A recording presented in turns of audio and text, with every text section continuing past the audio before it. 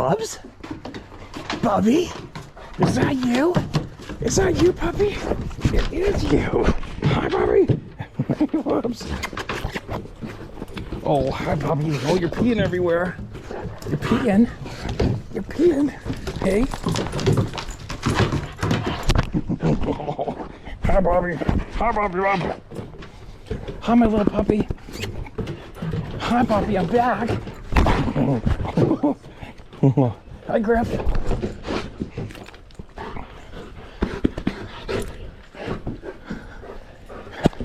What are you doing? Are you happy? Happy to see me? Are you? Look at that smile. Alright.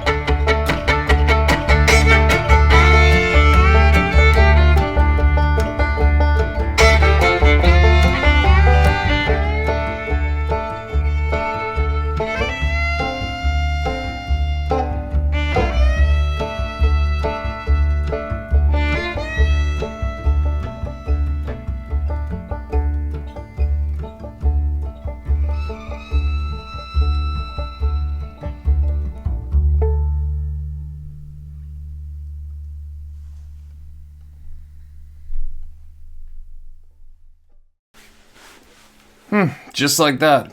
Back in the stand. Woke up in the stand again. Canada stand. You sure can tell there's been no heat in here for a while. Pretty chilly. Chilly morning here. Mixed feelings on returning. No dog food in the house. No water pressure in the house. The fence is broken from the horses. It's like, welcome back. Now, what do I got here? Oh, some funny stuff. Oh, I got a couple stickers left. Not sure where I'm going to put these yet. A couple stickers. My buddy stole 2 of them. Oh, this little devil here. God bless Texas. Right? You know, a lot of people would think, it's not about the guns, you know. Why do you have to be such a gun freak? This isn't about guns. This is a statement more like, if that's what we want, we got them. And that's what we want to play with, we're going to play with them. And we're going to do what we want because we are in a free country. Right? Anyway, I could probably articulate that a different way, but There's nothing wrong with that. What's this? What's a big one? Holy cow, what am I going to do with this? Oh, Jesus, look at that.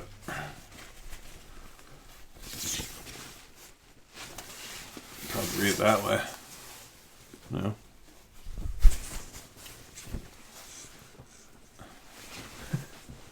Hold on a minute. Where am I going to put this? I'll put it out the shop. This is a big one.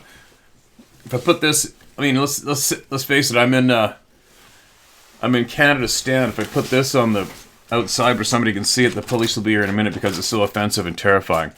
And on that note, a friend of mine owns Whistler Shooting. It's a place where you can go shoot guns safely and have fun.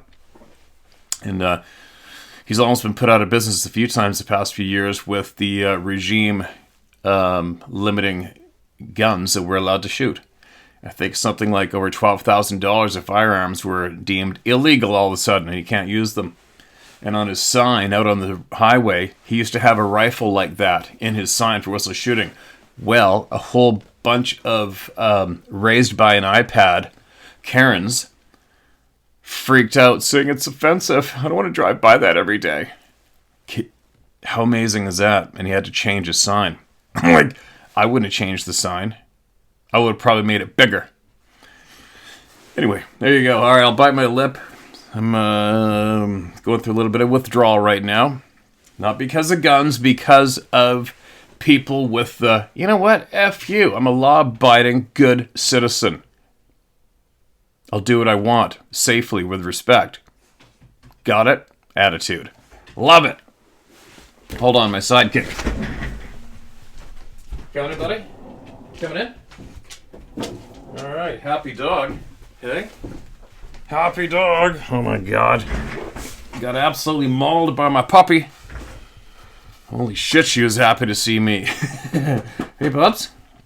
I actually put the GoPro on my chest before I came home and I recorded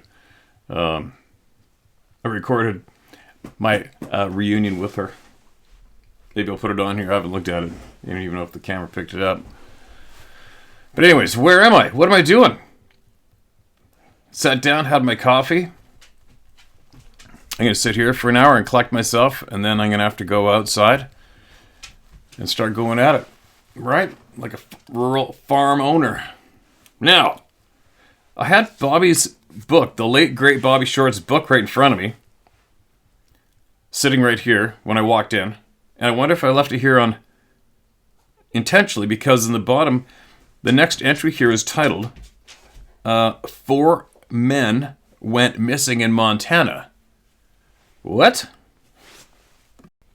So I'm going to read this right away.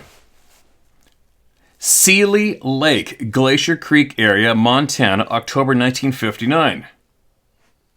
Roy W. Rye, a university-educated experienced bear hunter from Billings, Montana, was out hunting grizzly in the early afternoon.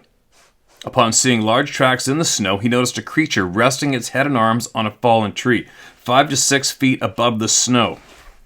It had a large, flat head, wide shoulders, stubby ears, short neck, and was brownish gray-haired. All right. Realizing it had been discovered, the creature looked up and screamed and rocked side to side and slobbered. According to a published report in the Montana Sports Outdoors, 4 men disappeared in the same area within a 2-year period. Not a trace of them was found. Exception, a broken rifle was found. The disappearance of this man could be attributed to a grizzly, but generally, a grizzly will return to a kill or will drag off body pieces where clothing, shoes, hats, etc. are generally found scattered. This wasn't the case with this disappearance. No clothing or personal items were found, only his rifle. This report was published in Montana Sports Outdoors in December of 1960 and again in Saga magazine in January of 61. Woo! That's a little alarming. 4 men without a trace in the general same area. Now that's a red flag. If it's a grizzly bear, you're going to find pieces and parts all over the place. And this next entry was, this is an alarming entry. Title, The Abduction and Rape of a railroad lineman. The next file I thought was a highly unusual story but Lewis repeated exactly as he heard it. In 2007, San Francisco resident John Lewis related a truly bizarre, if not hard to believe, Bigfoot kidnapping/rape story his grandfather handed down to his mother.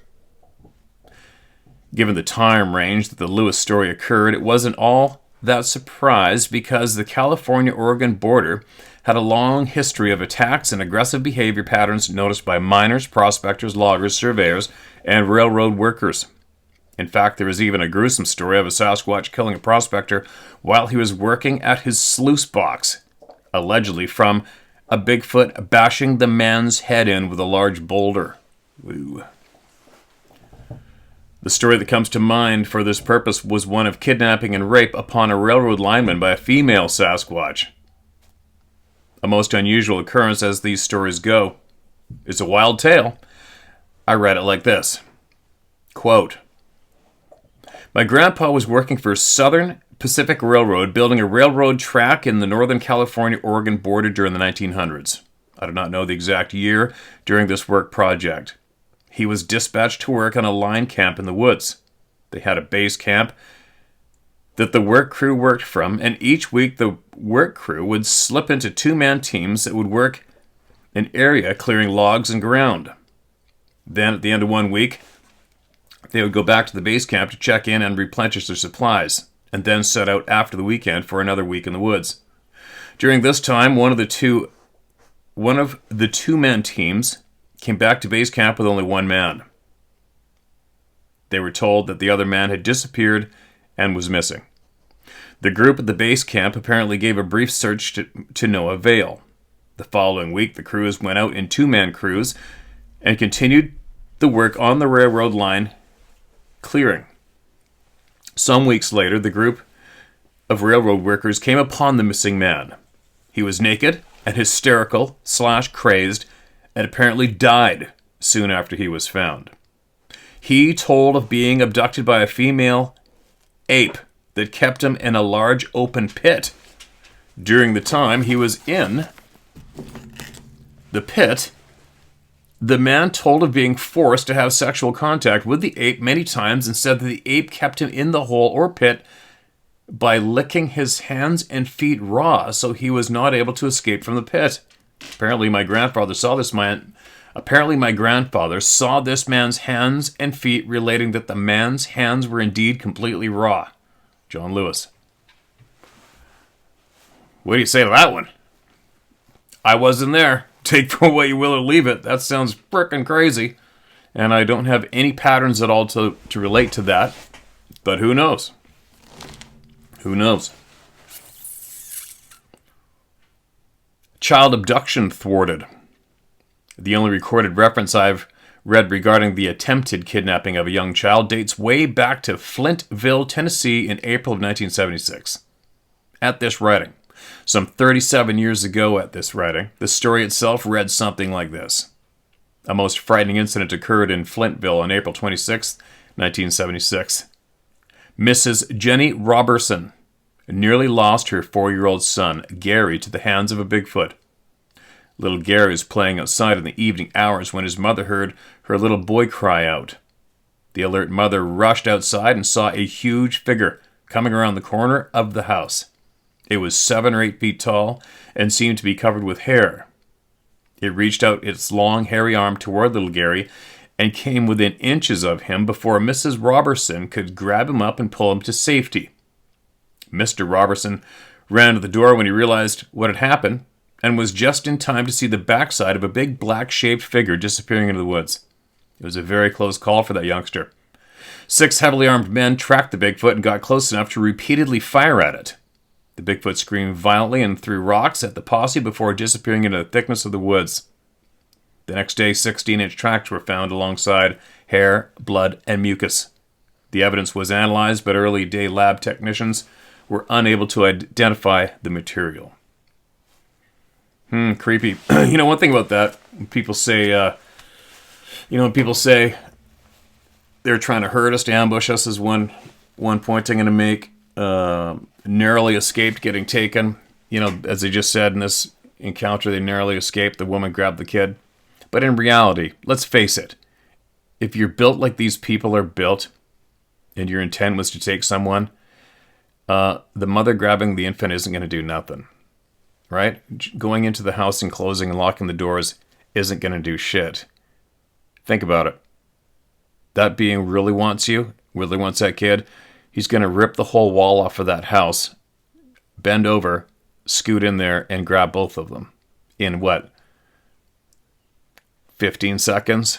Do you know what I mean? So I think a lot of these people who say, oh, they were trying to kidnap us or trying to hurt us, to ambush us. No, they weren't. Not a chance. Don't you think? Think about it. You don't narrowly escape. And I'm not saying this didn't happen. I'm just saying how people feel about what was going down, I think is incorrect a lot of the times myself when it comes to, oh, it's so close, almost got taken down, almost got snatched, almost got kidnapped, they're hurting us to get ambushed. No, they weren't. They want you, they're going to take you, if that was the intent. Do you know what I mean? It's like when people, a tent, or the glass in a window, the glass inside a vehicle. You really think that's going to stop something like that from grabbing your ass or killing you? It's like, uh-oh. I'm 12 feet tall, 1,000 pounds, I have no rules, and I want to kill you. Oh shit, you did up the window too soon. I guess I better go away. Right?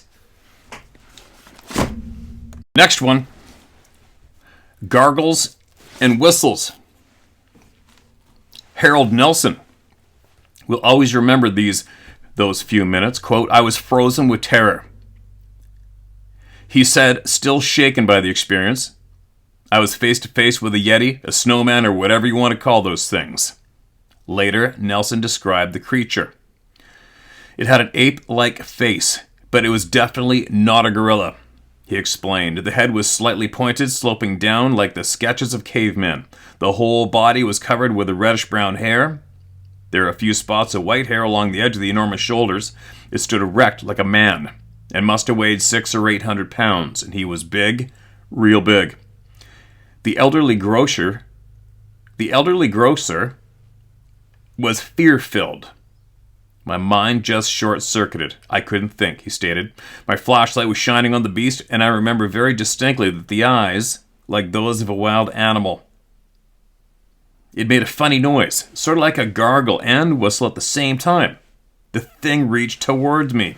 That's when hold on, you guys. That's when I screamed. Fortunately, Nelson's terrified scream frightened the hairy intruder. He stepped back, looked puzzled, and then frowned, Nelson said. I raced back to my bed, got a .22 caliber pistol from beneath my pillow.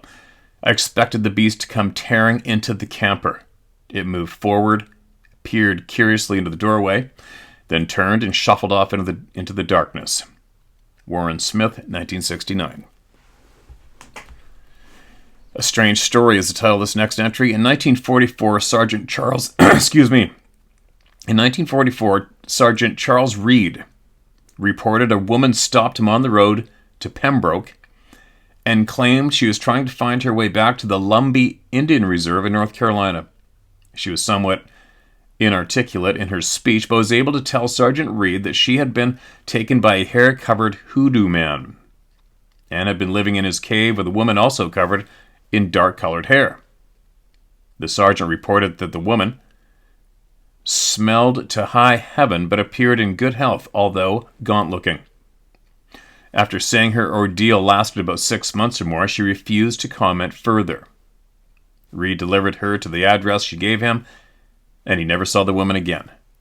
The stench in his vehicle took several days to dissipate. Note, hoodoo equals voodoo witchcraft. Wow.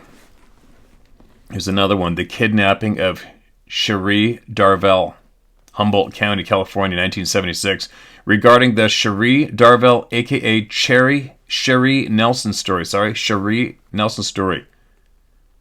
On May 26, 1976, the Baltimore Sun article on page A3.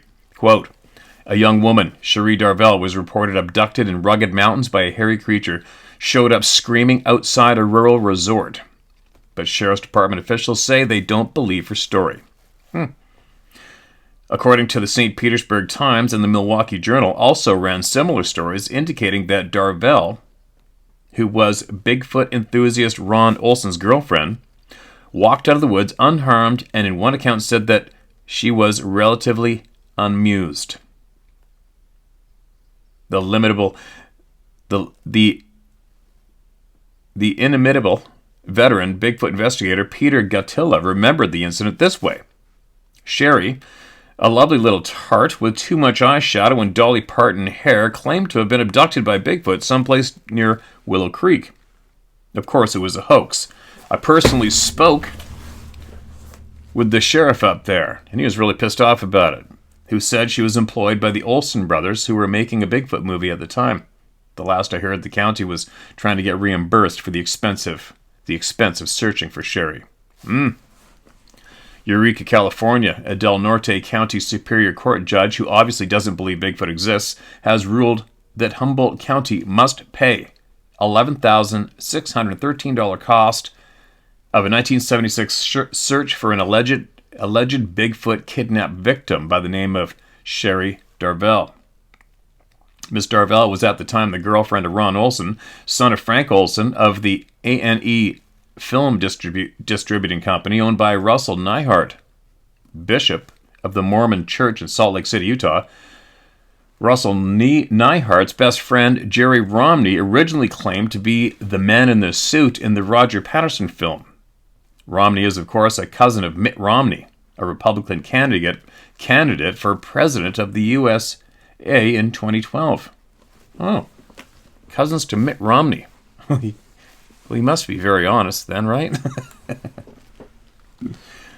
According to A&E executive Clyde Reinke, he personally signed the payroll checks for Roger Patterson from July to October 1st of 1967 for the express purpose of making a film to be circulated by A&E film distributors. Judge Frank Peterson commented in making the ruling that the search for Bigfoot is at least an exercise in futility, and said he had hiked the hills and mountains of Northern California for almost 50 years, and the biggest footprint I ever saw was my brother Bob's. Humboldt County officials sued Shasta County for the costs of the May 22 to 24 aerial and ground search for Cherie Darvell, 25, of Redding. She reportedly had been abducted by a Bigfoot in the Bluff Creek area of Humboldt County. Bigfoot is a legendary, hairy, smelly humanoid monster reported seen in Northern California and the Pacific Northwest.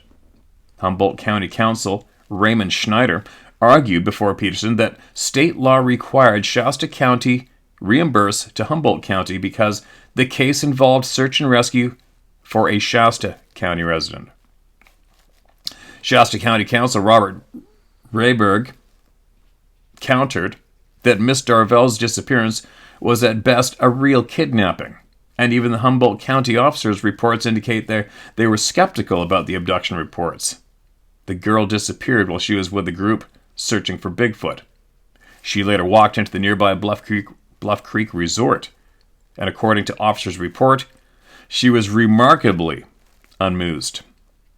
Later, her friends Ed Bush of Aden, California, and Terry Gaston of Redding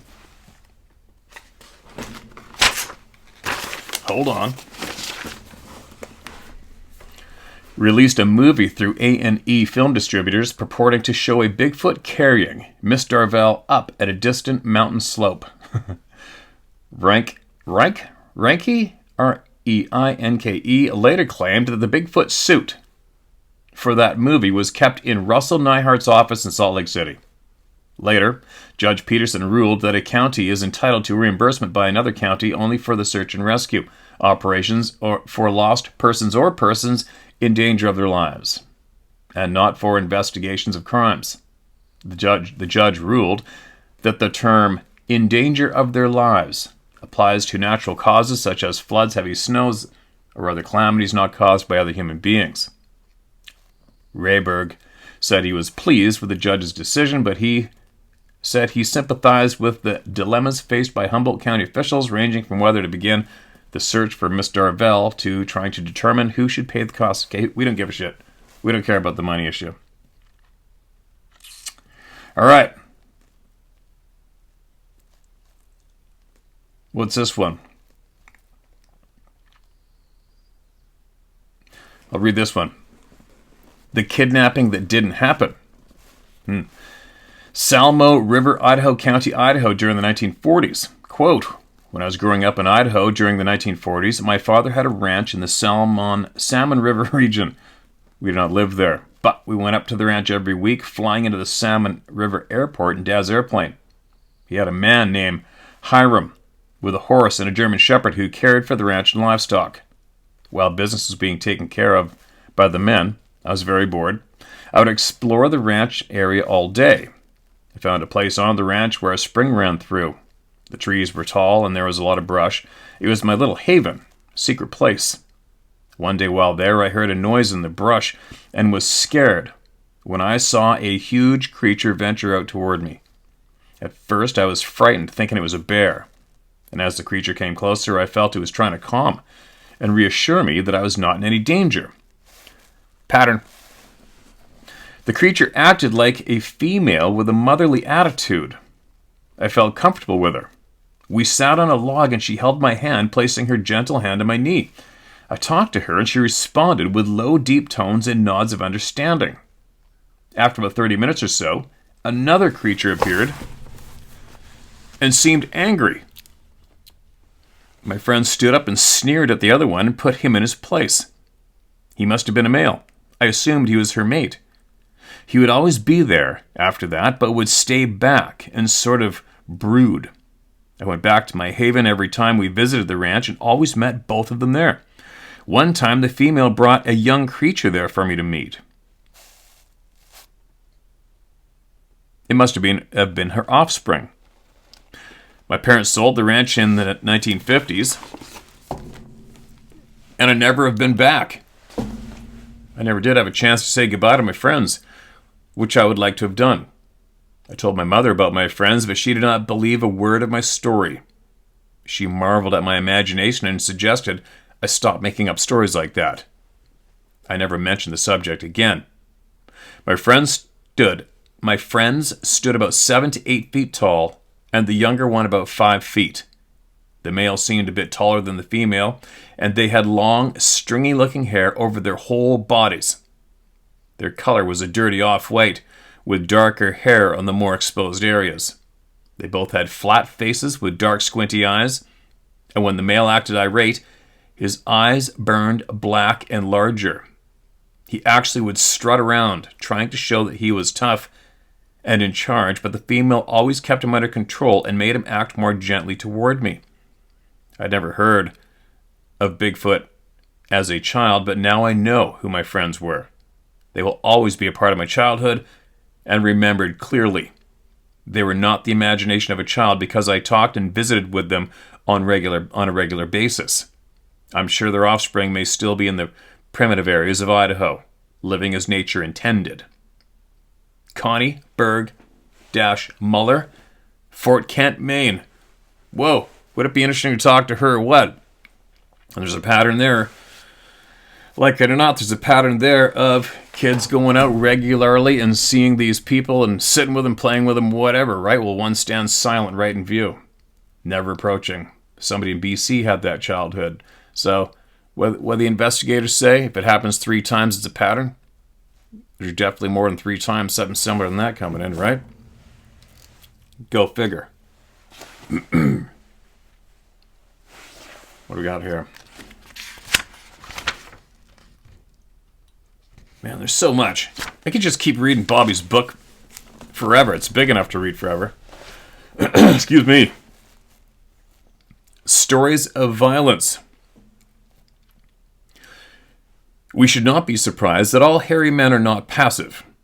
You might wonder why don't we hear about the more aggressive, violent reports? In my opinion, I think the government agencies don't want it known. After all, it would be counterproductive to the national park systems to have it known that the Sasquatch are frequently violent killers and sometimes kidnappers of human men, women, and children. Nearly forgotten by historians, Jedediah Smith was among the first white men to travel overland from the frontier of the Great Salt Lake in Utah by way of the Colorado River, the Mojave Desert, and on into California's coastal range.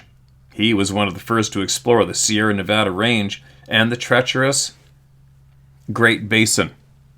His company traveled up the California coast to Oregon, and the path he cut became the main route through South Pass, south of the Oregon border in Humboldt County, California. There is a redwood wilderness area named after Jedediah Smith.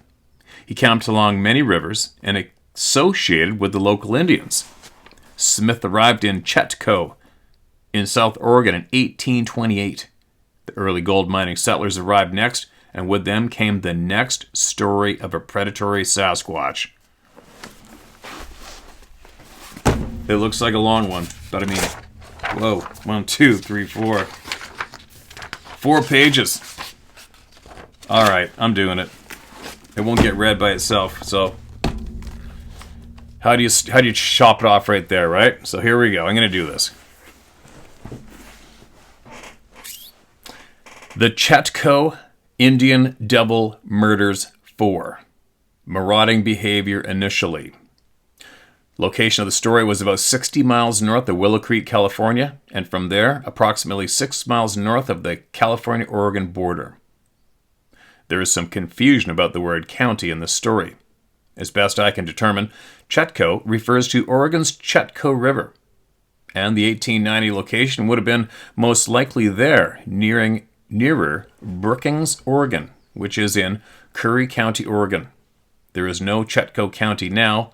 Whether or not there was pre-Civil War era, I was unable to determine. But Brookings is approximately 6 miles north of the California-Oregon border. All of it is thickly forested wilderness. And here's the tale of the Indian Devil, as told by Marion Place in 1974, 39 years ago. Quote, "The mining operation was a small one, employing a dozen men whose families served in tents and lean-to shelters alongside the river. For several weeks, nothing unusual happened. Occasionally, garbage cans were overturned at night by marauding bears. Sometimes the beasts were so troublesome that an armed guard stood by while the loggers felled the trees. At the campsite, mothers watched their young children closely and forbade older boys and girls to play hide-and-seek in the forest. Even when they swam in the shallow river, an adult kept a sharp lookout for bears. Nothing wrong with that. Then one morning, enormous, human-shaped footprints were discovered along the riverbanks. The loggers laughingly accused one another of having feet as big as chopping blocks. Everyone, from the oldest to the youngest in camp, measured his footprints against those of the unknown visitor. Since no one's feet were that large, one question was bandied about repeatedly. If those weren't a bear's tracks, whose were they? Someone heard there was a wild man living way up the river. He was an irritable old devil who threatened to shoot anyone who approached his cabin. No matter how bad the weather was, he never wore a hat or boots, and he was always bare-headed and barefooted. If barefooted, then the tracks must be his. With the mystery of the tracks happily solved, the people promptly forgot them. But several nights later, the sound of eerie whistling and angry shrieks awakened them. In every tent, men bounded out of bed and grabbed the guns, assuming there was a wounded bear nearby. No one lit a lamp for fear of attracting the beast, and frightened children were warned not to cry. The spine-chilling noises went on and on. Sometimes they seemed close by, other times from the direction of the road to the river. But finally the sounds faded into the distance, and quiet returned to the dark campsite. At daybreak, the men gathered to talk. They debated whether it was a bear or a mountain lion. To satisfy themselves and ease their families' worries, a half a dozen men searched about for a bear or a mountain lion tracks. They found no mountain lion spoor and no fresh bear tracks. However, at the edge of the clearing beyond the first stand of trees and dense undergrowth, they came upon more of the giant-sized human footprints. The men were astonished and debated whether it was the old recluse. They agreed that they had to catch the demented man before he killed someone. And as quietly as possible, the members of the search party backtracked along the line of footprints. The tracks led them out to the road several hundred yards above the camp and up the road to the main logging site. They found where the wild man had emerged from the forest into the open area and had prowled around tree stumps, piles of bushes, and the machinery used in loading the logs onto wagons. Then the man had a nasty shock. Massive, unwieldy tree limbs, far too heavy for one man to handle, have been pulled out of the tangled waste piles and either tossed aside like matchsticks or used to beat violently on the machinery. The searchers followed the tracks back down the road into the forest. The first time they noticed the shrubs torn to pieces and saplings uprooted and whacked to shreds. This explained the thudding and snapping sounds heard during the night. The footprints circled the camp again and then went down the well-beaten path to the river, turning back to the road. Went down it a half a mile and turned off into the forest. The men pressed on as far as they dared. However, when the tracks plunged down into a steep ravine, they stopped. The gloomy depths provided too many hiding places for a demented killer. The Chetco Indians believed there were man-animals in the woods, the logger informed his friends. He had heard the story from a white man who the Indians trusted enough to take into their confidence. They claimed that for generations, they had shared their hunting grounds with fierce-looking, haired creatures that walked upright like men. The strange beings were not human, not animal. Neither friendly nor hostile, they were simply there, like every other man or wild creature, so the Indians learned to leave them alone. But very late on the third night, the frightening sounds were once again heard faintly from far off in the woods. People jerked upright in bed. The whistling and screaming grew louder and closer. Men pulled on their trousers and boots in every tent and readied their rifles. Obviously,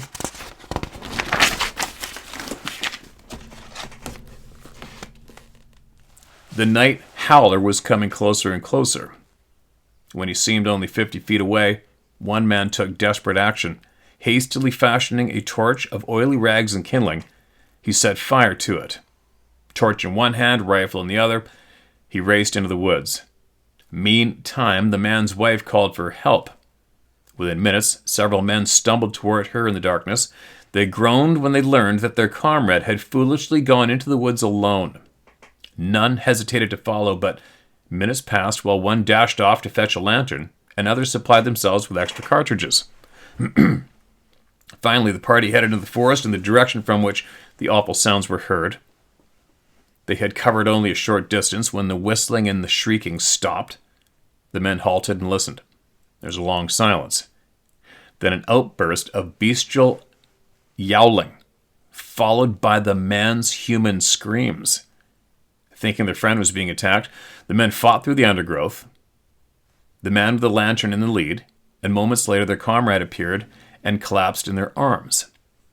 At first he was too terrified to speak. His companions fired the guns to drive off the howler and then waited patiently for the poor man to gasp out the details.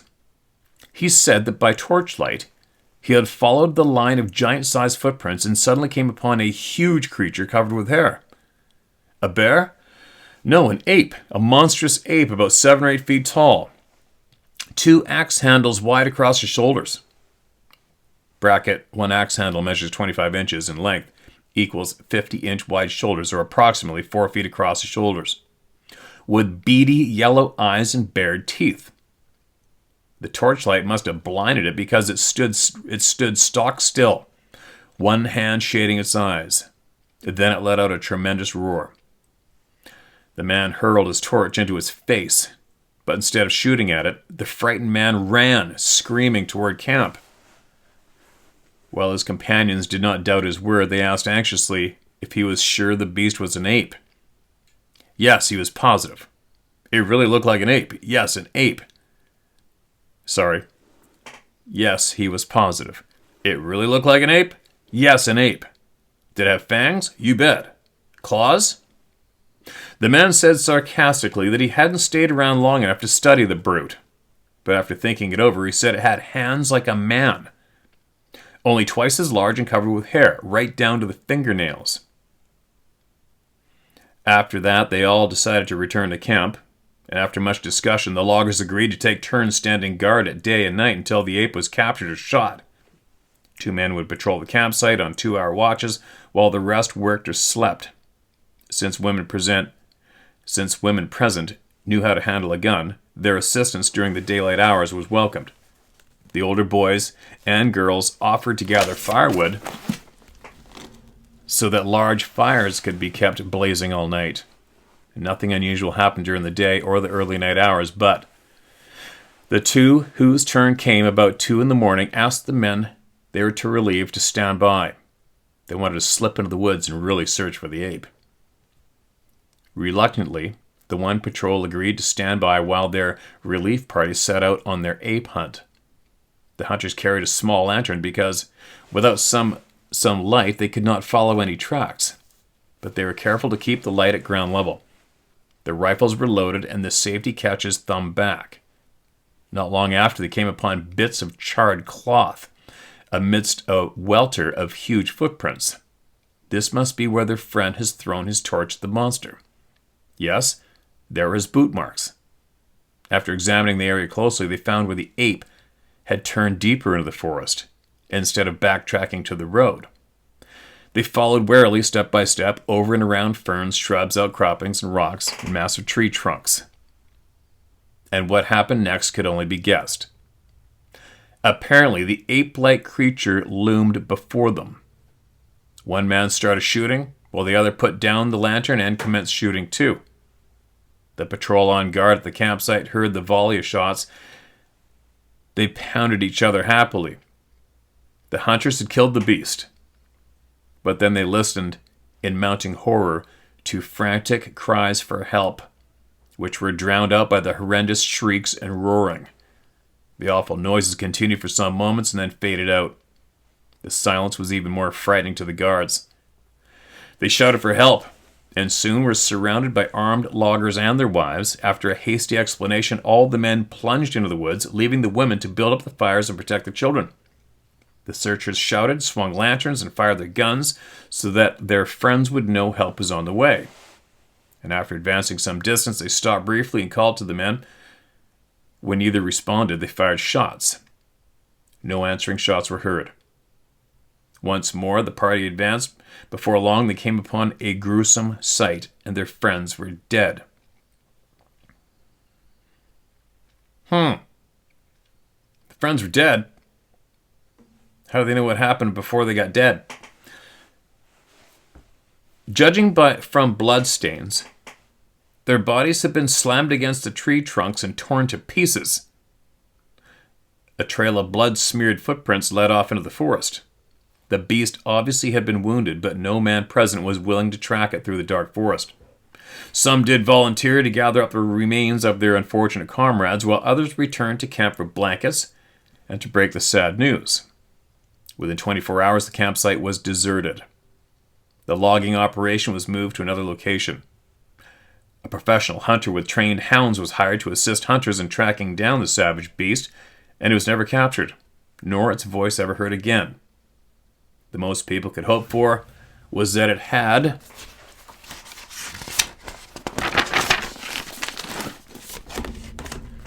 crawled into a well-hidden lair and died. Then Bobbie said, dead or not, and apparently without provocation, this particular Sasquatch easily killed 4 men. The point should be made that not all Sasquatch are passive, sweet individuals. The data clearly indicates the Sasquatch will kill. Some kidnap, and the rest are content to simply scare the heck out of us by their sheer size, their bluff tactics, and by their chest-rattling screams. There you go. Well, maybe I read a difference, or maybe they figured out what went down by the sign on the ground, right? I mean, maybe that lantern was placed on the ground perfectly when they came up and saw the scene and put that tale together. You know what I mean? I wasn't there, but there you go. F around and find out, right? When it comes to picking a fight with these people and other animals or beasts or beings, whatever. Same with grizzly bears. F around and find out. Unless you prove you're tougher than them. Trapper torn apart. Man, there's a whole bunch. We're going dark. For if you, and the next one down is murder, brute strength, twisted body up a tree. Miner with his head bashed in. The stories that people kind of want to hear about but don't, right? All right, trapper torn apart. The first purported killing I registered came from the state of Maine, near the year 1800. The diary indicated it happened near the Mount Katahdin area, Katahdin area. What is now Piscataquis County, northwest nearby communities of Millinocket and Moosehead Lake. The source of the report came from a book titled Camping Out, published in 1873. The booklet was authored by C.A. Stevens. An original copy is owned by Chris and Amy Julian, who have graciously shared the information. There were at least 6 stories of encounters with large man-like creatures, which the Indians called Pamula, or Injun Devil. The book mentions in the death of a beaver trapper. His body had found ripped apart. It is thought to be a mountain lion. The point that got Amy and Chris Julian's attention was the fact that the body had been beaten against a tree trunk. What mountain lion does that? What mountain lion dismembers people? Julian went on to say, I've heard mention that the book was fiction. I'm not sure I agree considering the detail and the year it was written. I've checked many facts. To me, these are factual accounts. It's a diary. True, why would anyone make up something like that in a personal diary? All right. Murder, a brute strength, twisted body up a tree. Cecilia L. shared a diary entry her great-grandmother wrote about her second husband, Duffy Schuler. Cecilia's great-grandfather did not survive the smallpox epidemic in Boston, Massachusetts. He and several other family members were among the thousands upon thousands who died between 1901 and 1903. As was his habit, he went out to finish plowing a field, but this time he did not return home. A party was gathered on Sunday, April 30th, 1905, to search for him. His twisted body was found up a tree with one leg still in its blood-soaked pant leg, nearly 30 feet away. The 1,000-pound plow horse was found with a broken neck and a crushed lower jaw. And where did this horrible encounter take place? Devil's Nest, Herrick Township, Nebraska, on the south side of the Lake Lewis and Clark and the South Dakota line. Sightings of haired individuals are often located in regions with names associated with devils and spirits such as Thomas Bay Devils, Wood Devil Mountain, Devil Creek, Devil's Lair, Dead Man's Gulch, Spook Hollow, and other devil and demon references like the Mountain Devils of Mount St. Helens. The early Piscataway Indians of early Waterford, Virginia, tattooed themselves with images of devils. Captain John Smith wrote in his journal that the Piscataway worshipped the Okie Devil and attempted to fashion themselves as near to the image as possible, tattooing themselves in the chest and arms with monstrous-looking devils. Wow. See what I mean? You just keep reading. Right? One more. Because it's short and it's right in my face. Miner with his head bashed in. At some point in the 1990s, I didn't note the exact year, Stan Sweet, at the time a teacher in Oregon, wrote to ask if there were any recent reports around a place called Thompson Flat on the Sixes River near Oregon's south coast. This is a very remote spot between Powers, Myrtle Point, and Sixes, north of Port Orford, Oregon. According to local legend, the place was a mining town in the 1800s and early 1900s.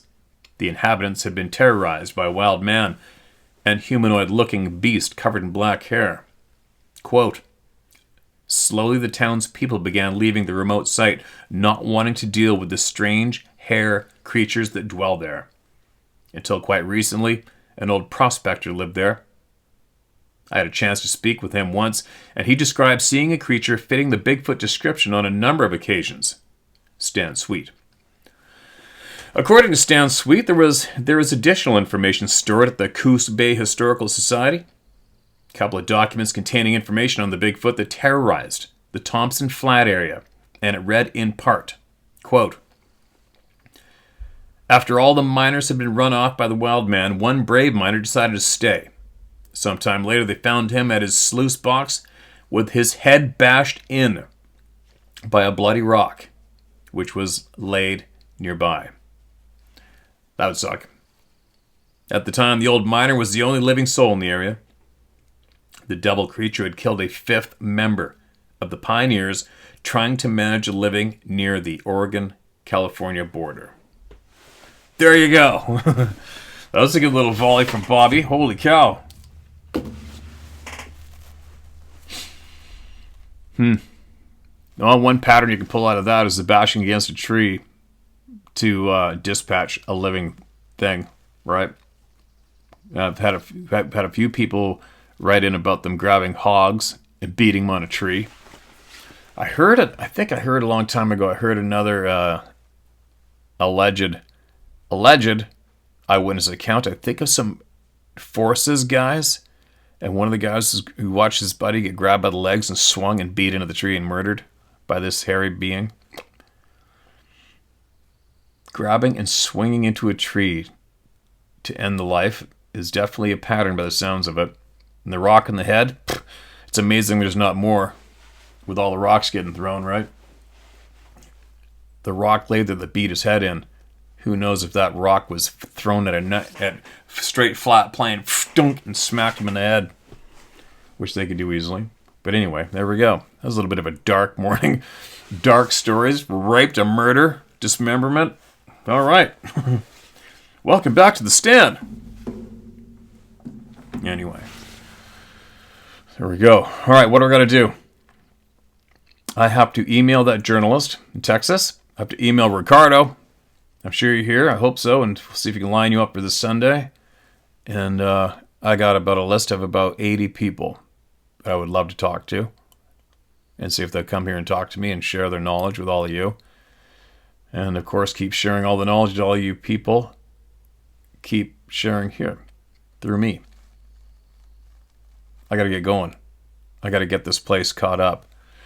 I got to get that fence fixed. I got to get dog food. I got to check out the frickin' water system and downstairs. I got tons of shit to do. Anyway, here we go. I'll be more settled in and relaxed and lined out here shortly and get caught up and get some answers. Right? Answers. Talk to you later.